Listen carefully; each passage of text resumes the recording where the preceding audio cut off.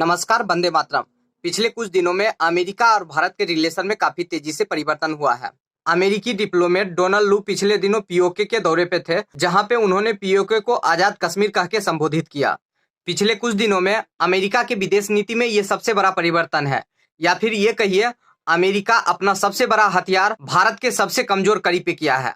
अमेरिकी डिप्लोमेट का पीओके दौरा और वहां पे जाके पीओके को आजाद कश्मीर कह के संबोधित करना, ये भारत के लिए एक झटका तो है, लेकिन अमेरिकी शासन व्यवस्था को ये समझ में नहीं आ रहा ये 1990 के दशक का भारत नहीं है। अगर अमेरिका पाकिस्तान की तरफ से पीओके या कश्मीर को हवा देता है तो ये वैश्विक शांति व्यवस्था के हित में बिल्कुल नहीं होगा। अमेरिका पिछले 70 सालों से पाकिस्तान, आतंक और कश्मीर का इस्तेमाल करके भारत को अस्थिर करने का प्रयास करता रहा है और भारत सरकार पे दबाव बनाने के लिए अमेरिका का सबसे महत्वपूर्ण हथियार रहा है।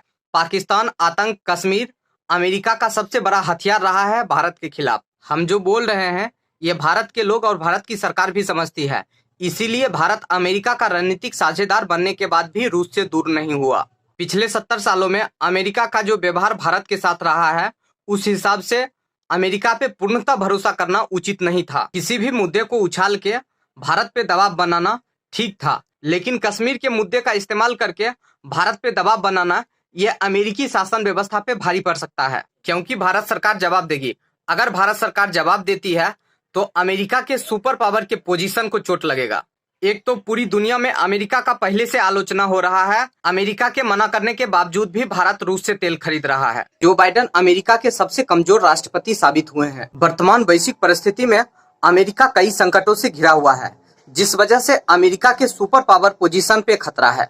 एक तरफ अमेरिका के आर्थिक हालात जो पिछले 40 साल में सबसे खराब है, दूसरी तरफ रूस और चाइना से दो अलग अलग मोर्चों पे अमेरिका उलझा हुआ है। अफगानिस्तान से अमेरिकी सेना के बाहर निकलने के बाद अमेरिका के प्रतिष्ठे पे पूरी दुनिया में चोट पहुंचा है। जिस वक्त अफगानिस्तान से अमेरिकी सेना बाहर निकल रही थी, उस वक्त जिस प्रकार इमरान खान अमेरिका पे हमला कर रहे थे, पूरी दुनिया में सुपर पावर अमेरिका का मजाक बन रहा था। जब तक रूस अमेरिका के लिए अकेला चुनौती था, तब तक अमेरिका के बादशाहत को कोई खतरा नहीं था, लेकिन अब रूस और चाइना दोनों अमेरिका के लिए चुनौती है। ऐसी परिस्थिति में भारत जैसे एक महत्वपूर्ण साझेदार को अपने विरुद्ध खड़ा करके अपने ही सुपर पावर पोजीशन के लिए संकट उत्पन्न करेगा। अमेरिका के विदेश नीति में इतने बड़े परिवर्तन के कुछ महत्वपूर्ण कारण हैं।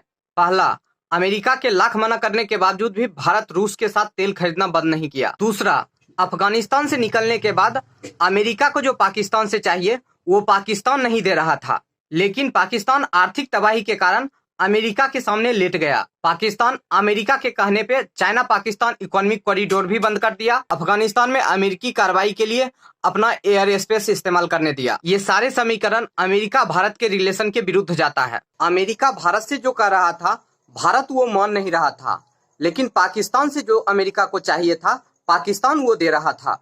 इसलिए अमेरिका को पाकिस्तान को ये बताना था हम तुम्हारे साथ हैं, और इससे ये भी होता कि भारत पे दबाव बनता। इसलिए अमेरिका पीओके और कश्मीर का इस्तेमाल करना दोबारा शुरू किया। इस पूरे रिपोर्ट के बारे में आप क्या सोचते हैं, कमेंट में राय दीजिएगा। Thanks for watching. Special thanks my subscriber and daily viewers.